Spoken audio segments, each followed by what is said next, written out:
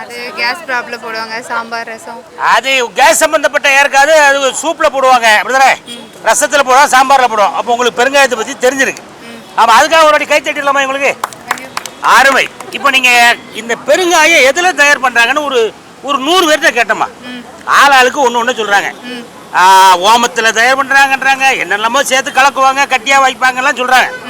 ஆனால் எனக்கு உங்களை பார்த்தா மட்டும்தான் சரியான விடை சொல்லி இந்த பரிசை தட்டிட்டு போயிருவீங்க அப்படின்ற ஒரு நம்பிக்கை இருக்கு. ஆமாம், ஏன்னா பிரியங்கா அப்படின்னாலே சாதாரண ஆள் கிடையாதுல்ல. என்னடா எப்படி பேசுறீங்க?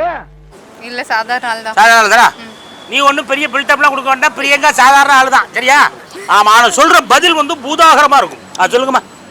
அந்த இஞ்சி பூண்டு மிளகு. இஞ்சி பூண்டு பச்சை மிளகாய். பச்சை மிளகாய் இல்லை, மிளகு. மிளகா? சாரி, நான் மிளகாய். கருப்பு மிளகு இருக்குல்ல? ஆமாம், அதான் இஞ்சி பூண்டு மிளகு மிளகு மிளகு மிளகு இந்த மூணையும் தான் அரைச்சி அது காய வச்சு. இல்லை, அதெல்லாம் இல்லை. நான் என்னத்த சொல்ல, நீங்க தான். நான் என்னத்த சொல்ல, நீ அந்த பிள்ளைகிட்ட பேசி எதையாச்சும் சொல்லியா?